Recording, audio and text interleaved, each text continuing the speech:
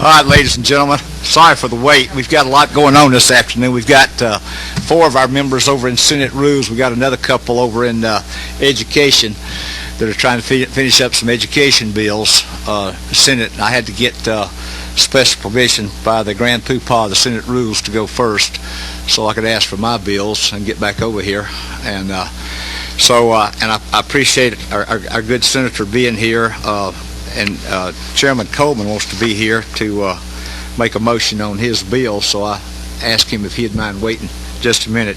Chairman Coleman's really got interest in the bill that Senator is going to present. But in the meantime, we'll go ahead. We've got one other proposition to take up, and we'll do that in just a second. Anybody visiting with us for the first time that hasn't been with us, we need to recognize today. Anybody wants to stand to be recognized? I've got a dear friend from Paulding County, Rocky Swan, over here. I've known him for a long time. He's a retired educator. He's always interested in retirement bills. But Rocky's down here visiting today, seeing what's going on. And I think they're maybe working on a little education legislation in the Senate. Rocky, thank you for being here, sir. That's right. Okay. Yeah, and this could possibly be our last retirement committee meeting this year. I don't know of anything else we've got. Oh, I know how much y'all hate that. Representative. And Lenmore and Faith's going to be leaving us at the end of this session. Now, he had a pretty nice little party the other night. Quite a few of us was able to get over there. But you put on a nice party, Representative. Yeah, they did a nice one for you. But we do appreciate you, and thank you for your service these 20 years down here.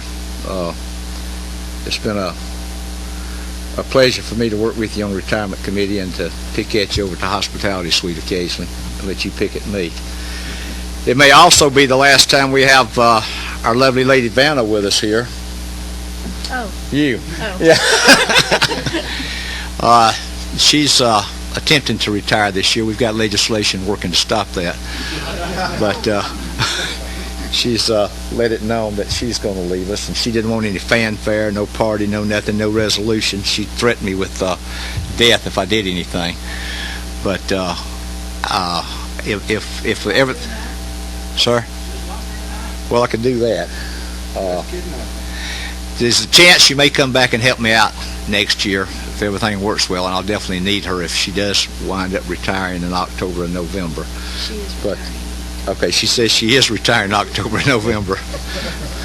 But let at least give these 2 retirees a hand and thankful appreciation for what they've done.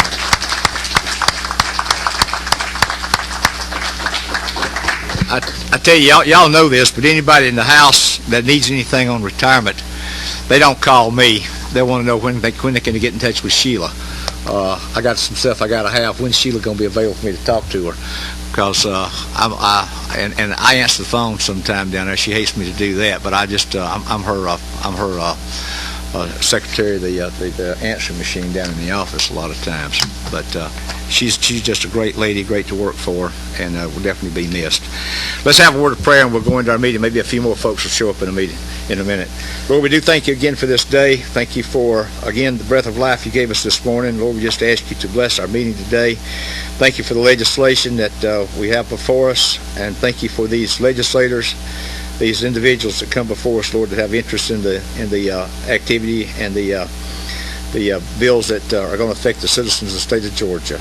We ask you again for wisdom, guidance, compassion as we go through and do the work of the people of the state. Thank you for this. We ask it in Jesus' name. Amen. We have a tax commissioner bill that we want to look at, and there's another lady from Paulding County just walked in, Miss Virginia Galloway, that I've known for a long time. Her family. Thank you, Miss Virginia. It is the Senate bill was 286. Senate Bill 286. Now, we've gone through these bills last summer. We had a joint meeting in May, I think it was, for our fiscal notes that we had to send through. And we heard all these bills, went through and looked at them. The Senate passed Senate Bill 386 out, and Senator Heath and I had agreed that if his bill got over here first before ours got out, that we would substitute my bill on there. And I've had a lot of folks talk to me about the tax commissioner's bill. Y'all know we've been working on this for a number of years. We are going to substitute what was in House Bill 236 onto House Bill 286, the Senate bill. So you have in your folder a copy of the Department of Audit's record here from Russell, and we have the amended version. We should be looking at LC 211718S. Does everybody have that version in front of them? We got in a meeting yesterday and we had some questions about versions and as passed the Senate and everything, so we made sure that we had the right LC numbers before us. Basically what we're doing here in the substitute, currently we have about 1,400 or so county employees, tax commissioners, and various and sundry people working in the tax commissioner's office that are drawing or in the ERS retirement system. We're putting in about $7 million or so a year into that. And what we're asking for going forward after July the 1st of 2012, when a tax commissioner is elected, now the ones that are there now are grandfathered in. We're not taking anybody out, but going forward, the new tax commissioners or employees will have to make a determination of where they want to be in their local county retirement fund or the state fund.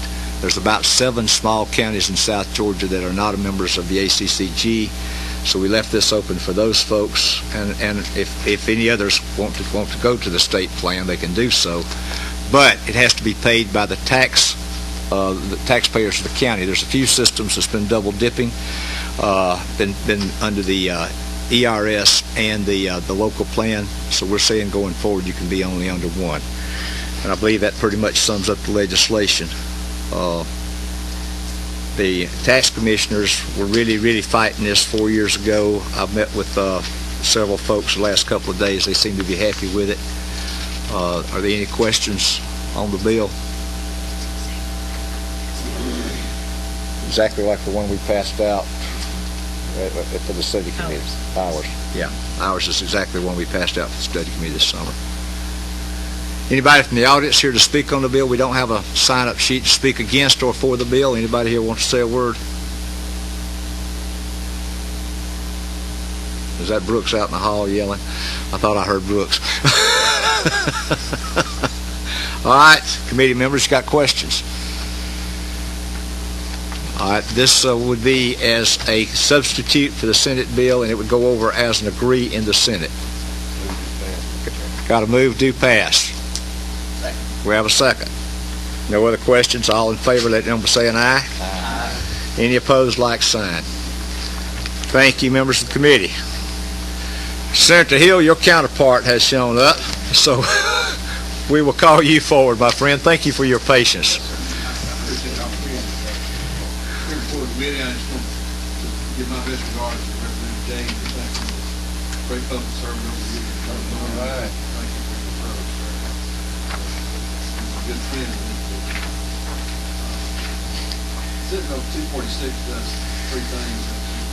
As all of you know, doing the retirement funds for your non-certified personnel, your school teachers, your food service personnel, your school drivers, parapros, those who are not covered by PLS. Very low budget, very small retirement system. Presently funded is $15.75 per month for each of your service. 20 years, did what that multiplies out for 20 years is $300. The average check for that retirement system is probably $300. What this bill does is 3 things. First of all, it raises the amount that members who are hired who begin work after July 1, 2012, it raises the amount that they will contribute to the funds $10. It's only $4 now, and it will raise that amount to $10 they will contribute.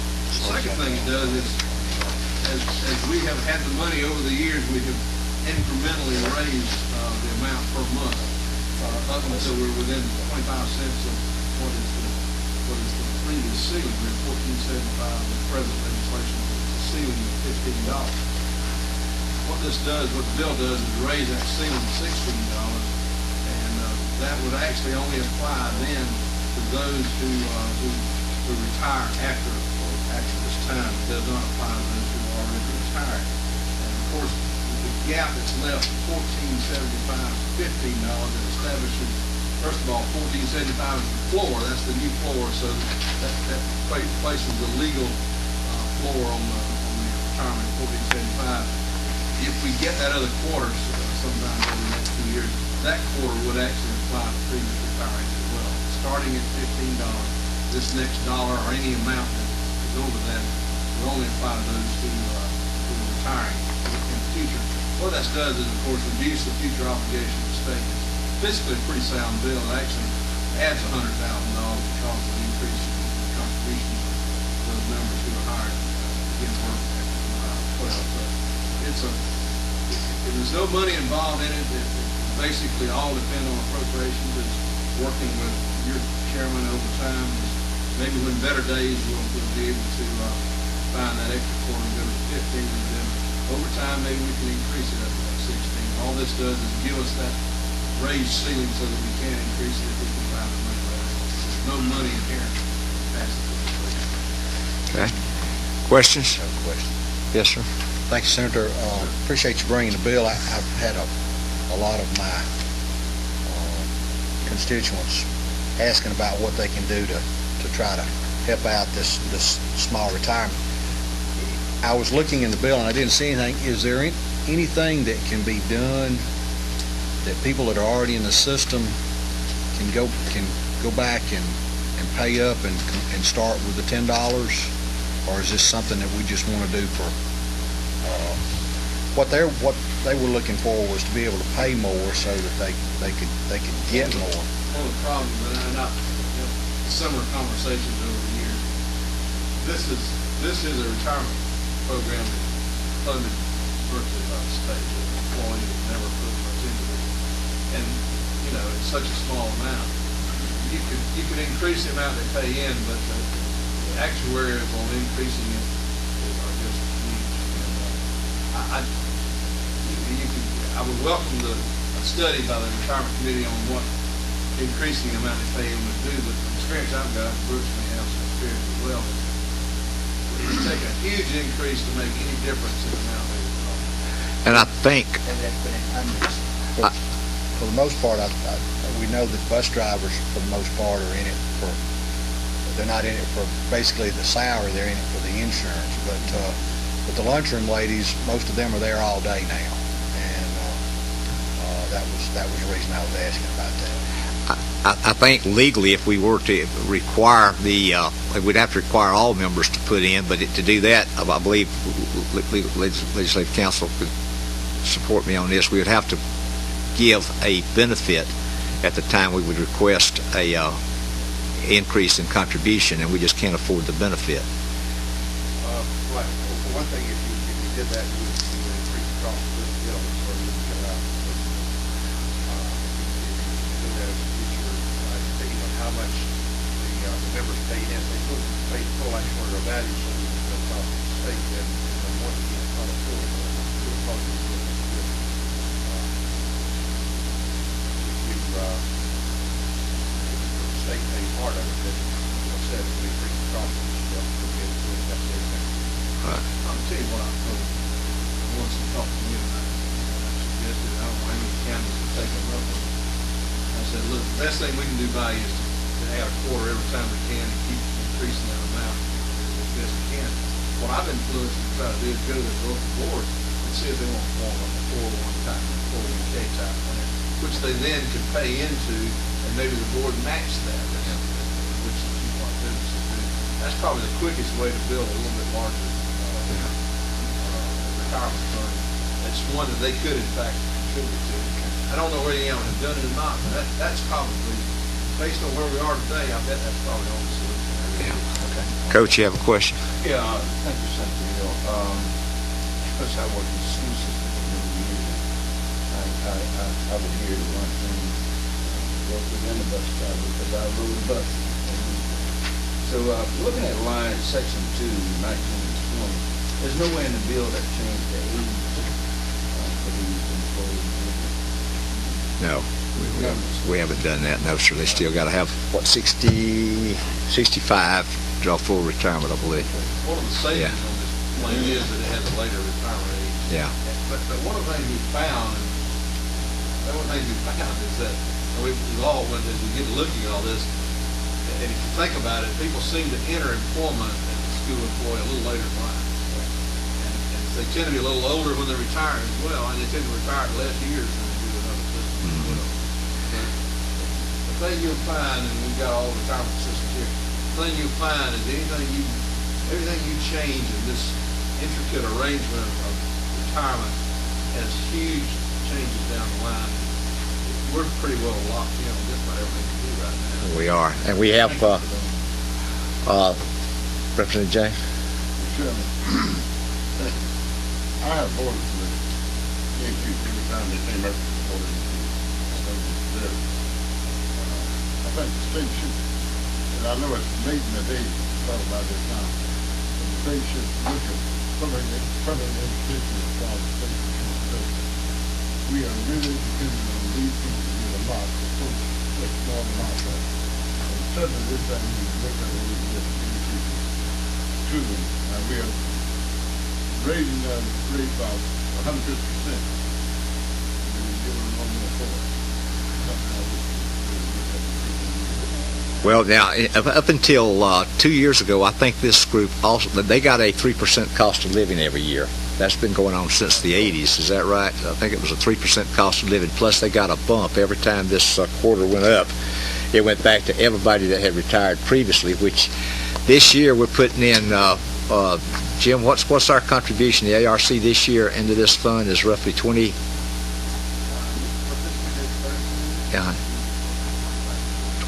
million. The state's putting in taxpayer dollar this year to keep that fund actuarially sound. So the state is contributing a pretty nice little sum, and I think it was last year like 13 million or 16 million last year.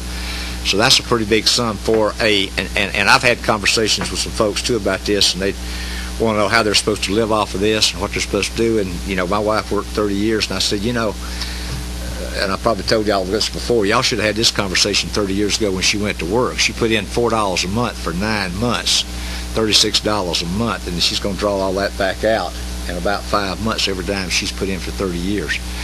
Mr. Chairman. Let me say, you know this, Representative Hill. He and I have worked on this 20 years I've been here. My first year, we were upset, and you remember this, Tyrone, because you were there, but they wanted to get him $10. And we fought. We wanted to raise that cap to 20, you remember, but we got it to 15. And I want to commend the senator and commend the House. Every year, we were able, at least almost every year, to give them a quarter, give them a quarter, give them a quarter. And we got it to 1475, which I'm proud of. And I wish it could be higher. And got them up to that. They didn't even have enough at that time to get pay for their insurance. It was so little they were That's legislation. And that's why the insurance got the problem it was, because the Speaker Murphy said, we're just going to pay for that insurance and they're going to have it. And I've talked with these people, and they're willing. They won't put in more. I've not had one to say $10 is a problem. And I understand why we can't let the existing ones have it, charge it, because you're right. You cannot charge something unless you give something. So we don't have a quarter to give now. So that's why we started in 2012. They're willing for it. And so I think they're ready. I think we need to raise it a little bit. We need to do it. And one thing that I think we need to work on, and this is just something I'm going to throw in, I hope nobody slaps me with this, but I think we need to look at this insurance. That's where they're hurting passing this insurance cost on to the school system. Because that's what we gave it to them. That's what they need. And that's where they hurt more than salary. That's all I'm going to say about that. And I'm going to make a motion for something else in a minute. All right. Anybody else? Anybody else have a comment? He's ready for a motion. What you? Got the lady out. Yes, madam. Hey, how are you doing, ma'am? Thank you, Chairman. I'm Judy Sutter from Fayette County. I'm a clerk in Fayette County, and I have no dog in this fight except I have a child in the school system. And I remember my own days riding the bus and going to school, and the lunch ladies who have always been wonderful. And just as said, Representative Briscoe,